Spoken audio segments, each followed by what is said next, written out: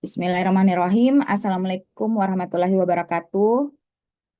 Waalaikumsalam warahmatullahi wabarakatuh, dok. Ya, perkenalkan, saya Dr. Marcelina Karim M. Biomed yang insya Allah akan membawakan materi morfologi bakteri, struktur, dan klasifikasi bakteri nomenklatur. Nah, sebelum kita mulai, mungkin saya persilakan dulu untuk ketua kelas membuka dengan doa ya. Silakan, Dek. Tapi dok, ya baik dok. Sebelumnya terima kasih banyak dok atas waktu dan kesempatan dok untuk membawakan materi perkuliahan pada hari ini. Eh, Alangkah baiknya kita memulai perkuliahan hari ini dengan berdoa bersama-sama yang akan dipimpin oleh Muhammad Ali Kurniawan. Untuk waktu dan tempat saya persilakan. Baik, mohon izin untuk memulai doa. Subhanallah walhamdulillah wala ilaha illallah wallahu akbar. A'udzu billahi minasyaitonir rajim. Bismillahirrahmanirrahim. Alhamdulillahi rabbil alamin. Allahumma salli ala sayyidina Muhammadin wa ala ali sayyidina Muhammad. Rahbi sohri sadari wa yassir li amri wahlul uqdatam min lisani yafqahu qawli. Subhana rabbika rabbil izzati amma yasifun. Wassalamun ala mursalin walhamdulillahi rabbil alamin. Ya, terima kasih. Baik, sebelum saya mulai, mungkin saya jelaskan sedikit ya untuk deskripsi mata kuliah pada blok MDP ini. Jadi saya dari bagian mikrobiologi akan membawakan mata kuliah ini yang berada pada pendidikan sarjana kedokteran, blok mekanisme dasar penyakit di semester 2 yang berjumlah 4 SKS secara keseluruhan. Dan akan disajikan dalam bentuk kuliah kelas besar di minggu pertama, yaitu hari ini. Nah, materi kuliah ini akan saya bawakan selama 2 jam ke depan ya. Uh, Kemudian ini untuk tujuan pembelajarannya, bisa kita lihat di sini sesuai dengan RPS pada blok MDP.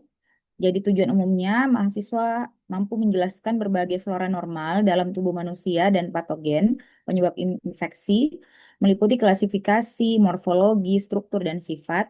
Kemudian untuk tujuan khususnya, mahasiswa mampu menjelaskan berbagai flora normal dalam tubuh, menjelaskan konsep-konsep dalam lingkup bakteriologi dasar yang meliputi klasifikasi, taksonomi, dan nomenklatur bakteri, morfologi, dan struktur bakteri. Kemudian menjelaskan tentang peran bakteri dalam kehidupan manusia. Baik, jadi apa itu mikrobiologi? Ya, jadi mikrobiologi ini merupakan cabang ilmu biologi yang mempelajari tentang mikroorganisme yang dapat diamati di bawah mikroskop.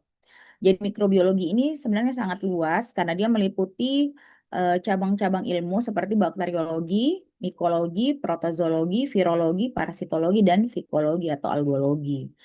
Ya, jadi di sini yang mungkin kita akan bahas adalah bakteriologi dulu ya.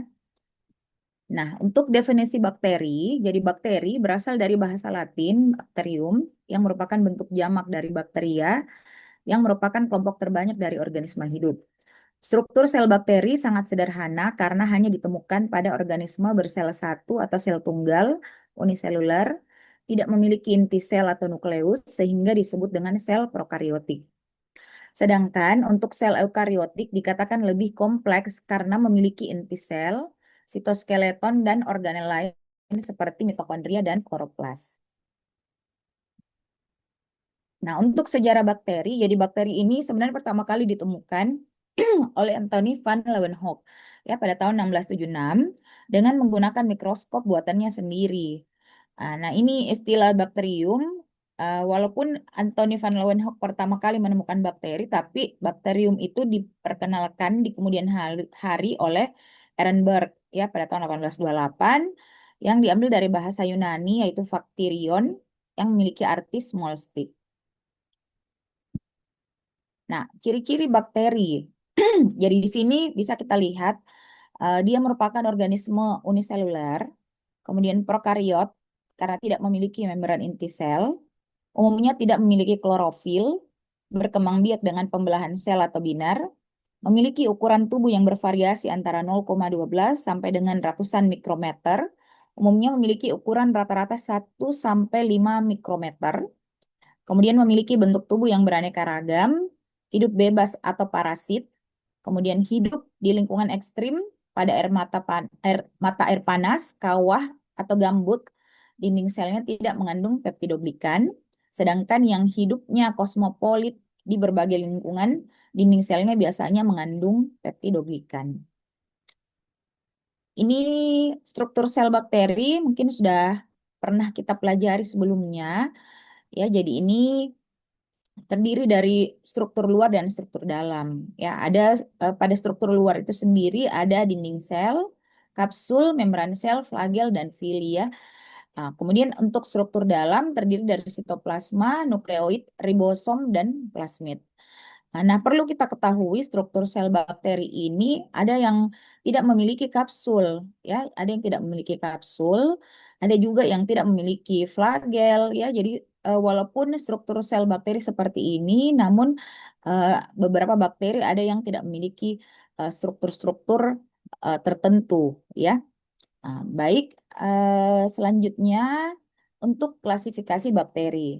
Nah, jadi klasifikasi bakteri itu sendiri kita bisa bedakan berdasarkan dinding sel, berdasarkan morfologi, berdasarkan alat geraknya, dan juga eh, faktor-faktor yang memicu pertumbuhan dari bakteri itu tersendiri. Nah, untuk klasifikasi bakteri berdasarkan dinding sel, kita bagi dua ya, ada gram positif, ada gram negatif. Untuk bakteri gram positif, dia adalah bakteri yang mempunyai dinding sel dengan lapisan peptidoglikan yang tebal. Nah, bakteri ini akan berwarna ungu jika diwarnai dengan pewarnaan gram. Jadi nanti pada saat kita lakukan pewarnaan gram akan terlihat bakteri gram positif itu berwarna ungu. Ya, ini dipengaruhi oleh reagen kristal violet ya yang merupakan zat primer dari pewarnaan gram. Ya, contohnya itu bakteri gram positif Staphylococcus aureus, Bacillus anthracis, dan Clostridium tetani. Nah, sedangkan untuk gram negatif merupakan bakteri yang mempunyai dinding sel dengan lapisan peptidoglikan yang tipis, ya. Jadi kebalikannya kalau tadi gram positif berwarna ungu, gram negatif itu dia berwarna merah muda atau merah karena dia menyerap warna yang terakhir diberikan, yaitu safranin, ya. Jadi ini tergantung dari tebal tipisnya peptidoglikan, ya, untuk membedakan gram negatif maupun gram positif.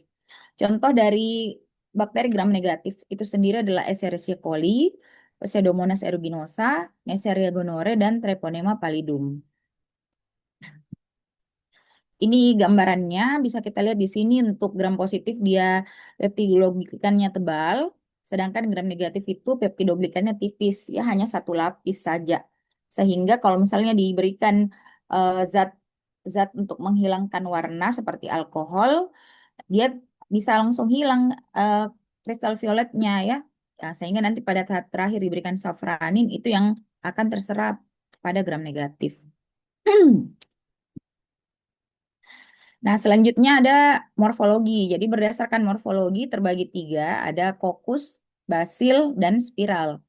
Nah, di sini kita lihat untuk kokus, ya kokus itu bulat dan dia beda-beda namanya. Kalau misalnya dia satu itu kokus, kalau dia berdempetan dua diplokoki, kalau dia membentuk persegi tersusun empat, dia namanya tetrat atau tetrakokus. Kalau dia bersusun seperti kubus, kita sebut dia sarkina. Kalau dia seperti rantai streptokoki atau streptokokus, dan kalau dia bersusun seperti anggur, dia namanya staphylokoki atau staphylococcus. Nah, sedangkan kalau basil, basil ini kalau dia gabungan antara kokus dan basil, kita sebut dia Coccobacillus. Kalau dia satu basil, kalau dia berdempetan dua diplobasil, kalau dia berentetan seperti rantai streptobasil, dan kalau dia berentetan seperti pagar, itu dia palisade. Ya. Nah, kemudian untuk spiral, dari gambarnya ini kita lihat lekukan-lekukannya dia agak lebar-lebar. Ini kita sebut dia spiral, spirilla. Kalau dia berbentuk seperti koma, dia vibrio. Sedangkan kalau dia lekukannya lebih rapat, itu spiroseta. Nah, jadi bentuk tubuh atau morfologi dari suatu bakteri itu akan dipengaruhi oleh keadaan lingkungan, medium, dan usia. Oleh karena itu, untuk membandingkan bentuk serta ukuran bakteri, kondisinya harus sama. Nah, pada umumnya, bakteri yang usianya lebih muda, ukurannya relatif lebih besar daripada yang sudah tua. Ya, jadi kalau kamu lihat nanti sel bakteri dia sama-sama Escherichia coli misalnya, tapi yang satu besar satu kecil, nah itu berarti ada perbedaan dari segi usianya atau ada faktor-faktor yang menyebabkan terjadinya perbedaan antara ukuran selnya. Nah, kemudian yang berikutnya adalah berdasarkan alat gerak. Jadi ini bisa kita lihat di sini, tadi ada namanya flagel, ya. Kalau misalnya sama sekali tidak memiliki flagel, kita sebut itu adalah bakteri atrik. Nah, kalau dia memiliki flagel pada salah satu kutubnya, ini namanya monotrik. Kalau dia memiliki beberapa flagel pada salah satu kutub, itu namanya lovotrik. Kalau dia memiliki satu atau beberapa flagel pada kedua kutubnya, ini namanya amfitrik. Sedangkan kalau dia dipenuhi dengan flagel di seluruh tubuhnya, ini namanya peritrik. Ya, jadi bisa kita bedakan dari jumlah-jumlah flagelnya, ya. Nah, yang berikutnya berdasarkan faktor yang mempengaruhi pertumbuhan bakteri. Jadi, kondisi lingkungan yang mendukung dapat memicu pertumbuhan dan reproduksi suatu bakteri. Faktor-faktor lingkungan yang berpengaruh terhadap pertumbuhan dan reproduksi bakteri adalah suhu, cahaya, dan pH. Nah, ini terbagi lagi. Ya, kalau berdasarkan suhunya, ini dibagi menjadi 4 golongan. Ada bakteri sikrofilik, bakteri mesofilik, bakteri termofilik, dan bakteri hipertermofilik. Kalau bakteri sikrofilik, bakteri yang tumbuh pada suhu 0 sampai 20 derajat Celcius, contohnya itu Pseudomonas, Vibrio, Alkaligenes, Bacillus, Photobacterium, dan Salmonella. Kalau bakteri mesofilik, bakteri yang dapat tumbuh baik pada suhu 25 sampai 40 derajat Celcius. Jadi ini suhu normal. Kalau tadi sikrofilik dia butuhnya di suhu dingin.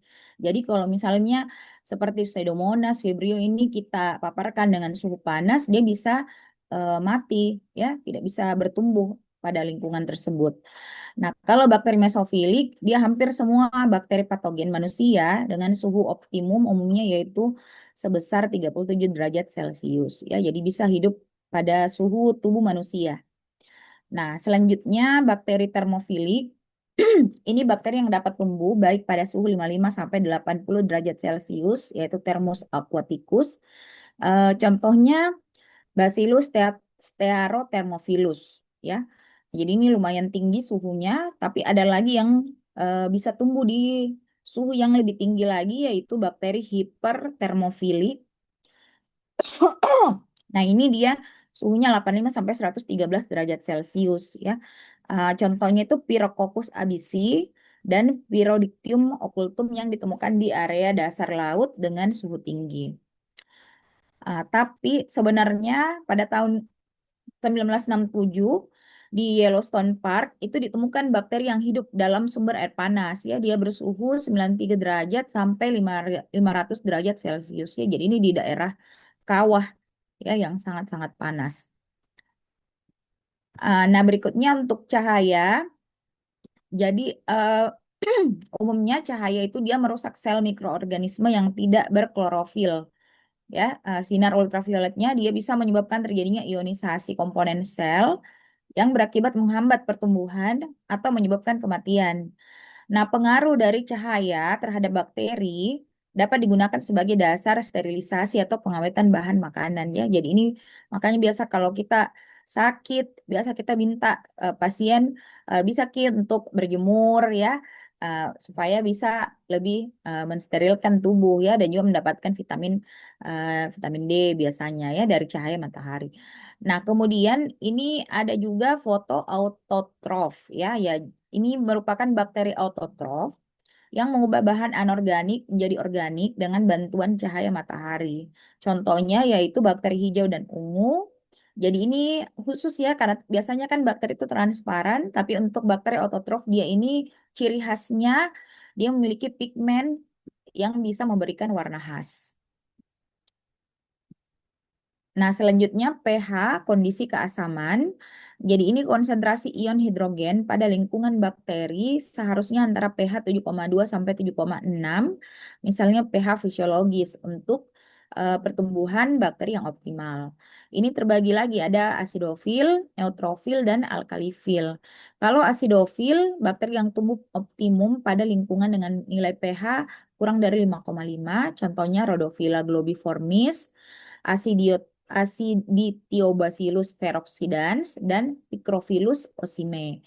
Nah, kemudian untuk neutrofil, bakteri yang dapat tumbuh dengan baik pada kisaran pH 5,6 sampai 7,9 ya. Ini biasanya pada suhu pada pH tubuh manusia ya. Escherichia coli contohnya pH 7 ya. Lalu ada alkalifil, ini merupakan kelompok bakteri yang dapat tumbuh optimum pada lingkungan dengan nilai pH sama dengan atau lebih dari 8. Contohnya Chloroflexus aurantiacus, Bacillus firmus, dan Natronobacterium gregorii. Nah, Nah, selanjutnya kita membahas peran bakteri. Ya, jadi bakteri itu mungkin selama ini kalau kita dengar kata bakteri, kita selalu menganggap bahwa bakteri itu hanya merugikan, ya. Padahal sebenarnya ada juga yang menguntungkan.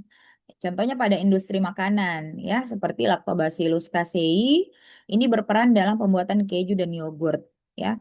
Jadi kalau kita fermentasi makanan itu ada Lactobacillus casei ya yang membantu. Kemudian untuk kesehatan ada Bacillus brevis yang berperan dalam pembuatan antibiotik tirotrisin. Pada pertanian ada Rhizobium leguminosarum bersimbiosis dengan akar tumbuhan. Sebenarnya masih banyak ya untuk bakteri-bakteri menguntungkan lainnya.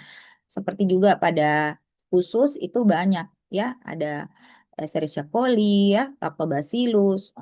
Kemudian untuk yang merugikan merugikan itu penyebab penyakit pada manusia, contohnya kayak Vibrio cholera ya, merupakan penyebab kolera, Salmonella typhi penyebab penyakit tifoid, Leptospira penyebab penyakit leptospirosis dan lain sebagainya.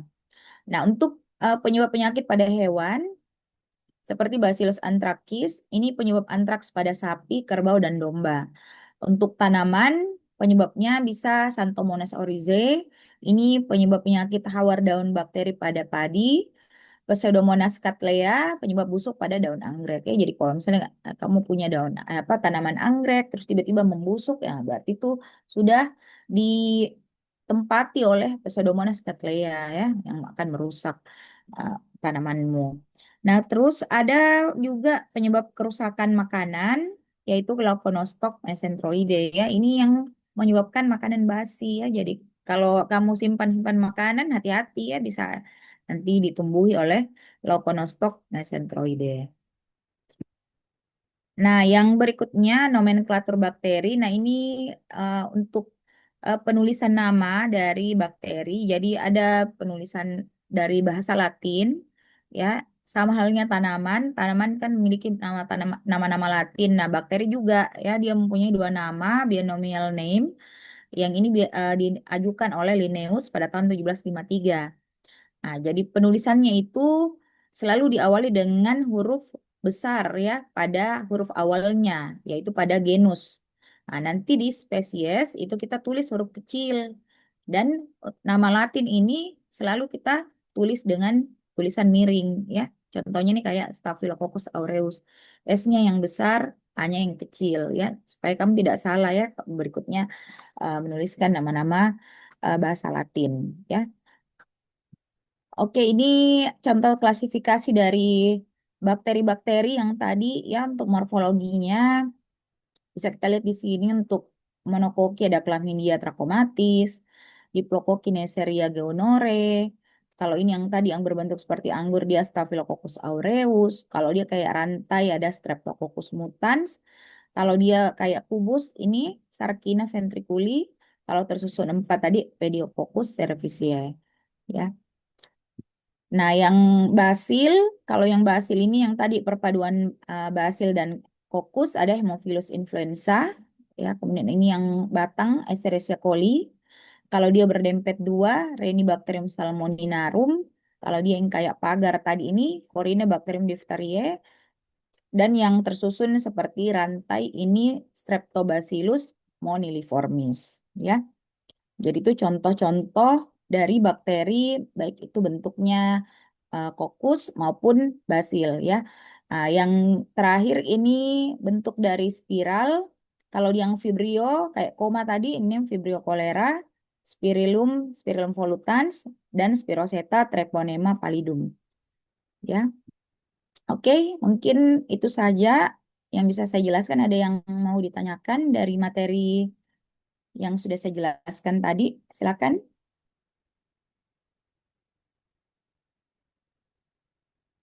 Baik, tapi dok, izin bertanya dok. Ya, Baik, silakan. sebelum, Aryan ya. tapi dok, ya dok. Tapi dok, sebelumnya terima kasih banyak dok atas kesempatannya. Perkenalkan nama saya Andi Muhammad Aryan Alamsyah. Baik dok, untuk pertanyaannya sendiri itu, pada bakteri gram itu didapatkan peptidoglikan. Nah, apa itu peptidoglikan dan juga kenapa tebalnya berbeda antara gram positif dan juga gram negatif dok? Tapi dok. Ya, baik ya. Jadi pertanyaan yang bagus ya. Nah, jadi peptidoglikan itu yang tadi ada pada dinding sel bakteri gram.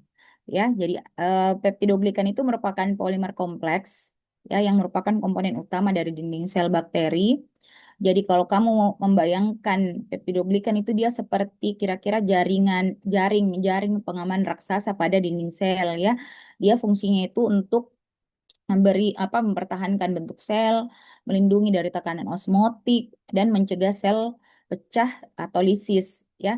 Nah, kemudian tadi yang ditanyakan apa bedanya ya antara gram positif dan gram negatif? Kenapa dia tebal peptidoglikannya beda-beda? Jadi sebenarnya itu dipengaruhi juga dari lingkungan ya. Karena gram positif ini dia tumbuhnya di lingkungan yang tekanan osmotiknya tinggi, makanya dia membutuhkan peptidoglikan yang tebal. Sedangkan kalau gram negatif itu dia ada tambahan membran lain yang eh, yang membersamai dia ya sehingga tidak membutuhkan peptidoglikan yang tebal ya. Contohnya itu membran yang membantu pada gram negatif seperti membran sitoplasma ya, kemudian ada juga membran luar yaitu lipopolisakarida ya.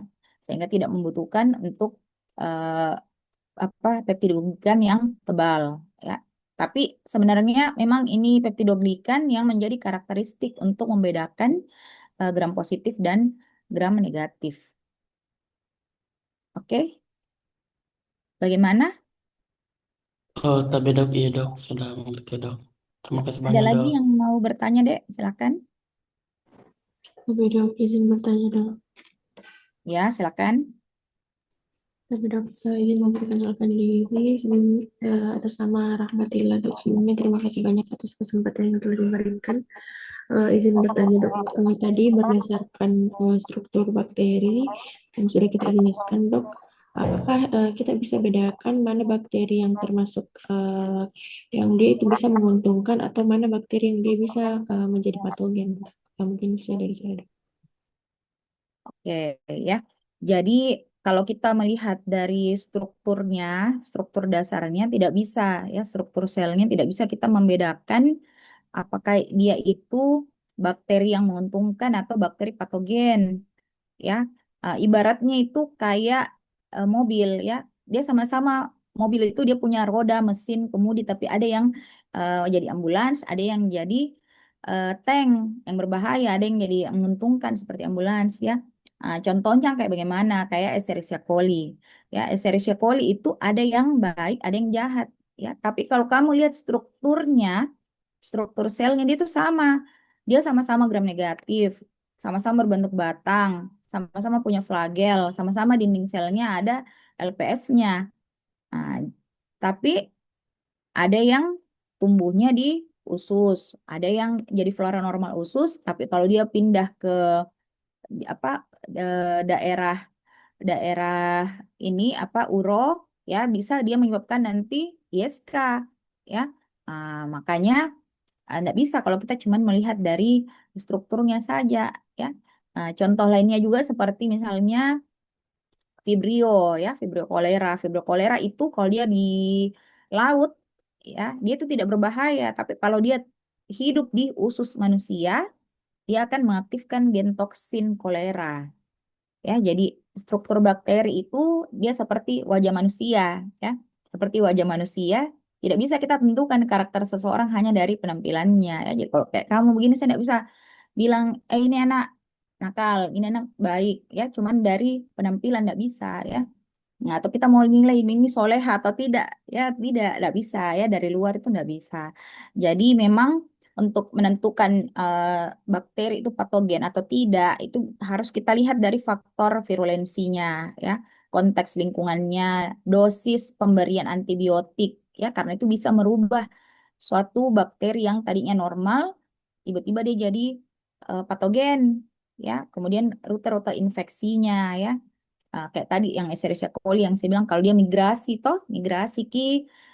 daerah ini apa urinarius, dia bisa menyebabkan ISK. Kemudian juga yang terakhir mempengaruhi itu bisa status dari inangnya, ya, tempat yang ditinggali oleh si bakteri ini, ya. Jadi untuk menentukan itu memang memerlukan identifikasi lebih lanjut di laboratorium, ya, untuk dilakukan serangkaian tes kompleks kayak pewarnaan gram, ya, kemudian tes biokimia, ya, dan lain-lain. Oke, bagaimana? Ada lagi yang mau bertanya, Dek? Tapi dok, terima kasih banyak dok. Ya, oke, mungkin eh, sampai sini ya. Kalau sudah tidak ada lagi yang mau ditanyakan, mungkin nanti untuk penilaiannya, penilaian hasil belajar kita ini meliputi pre-post test, ya, dan juga ujian akhir MCQ, ya. Nanti akan kita eh, berikan ya setelah perkuliahan ini. Baik, demikian perkuliahan kita pada kesempatan kali ini. Semoga apa yang kita diskusikan mengenai morfologi bakteri, struktur dan klasifikasi bakteri ini bermanfaat ke depannya bagi kita semua, ya. Ya, mungkin kita persilakan kembali deh untuk ketua kelas menutup dengan doa. Silakan. Tapi dok, ya baik dok. Sebelumnya terima kasih banyak dok atas waktu dan kesempatan dok. Terlebih dengan ilmu yang telah kita bagikan dok pada hari ini dok. Alangkah baiknya karena kita awali dengan doa, kita akhiri dengan doa. Saya persilahkan kepada Muhammad Ali Kurniawan untuk memimpin doa penutup. Baik, mohon izin untuk memimpin doa. Subhanallah walhamdulillah wa la ilaha illallah wallahu akbar. A'udzu billahi minasyaitonir rajim. Bismillahirrahmanirrahim. Alhamdulillahi rabbil alamin. Allahumma salli ala sayyidina Muhammad wa ala ali sayyidina Muhammad. Allahumma anfa'ni bima alamtani wa alimni ma yanfa'uni warzuqni ilman yanfa'uni. Bismillahirrahmanirrahim. Alam nasrah laka sadrak wa wada'na anka wizrak allazi anqada zahrak wa rafa'na laka zihrak fa inna ma'al usri yusra inna ma'al usri yusra fa iza faragta fansab wa ila rabbika fargab. Subhana rabbika rabbil izzati amma yasifun wa salamun alal mursalin walhamdulillahi rabbil alamin. Ya, terima kasih, Dek. Assalamualaikum warahmatullahi wabarakatuh.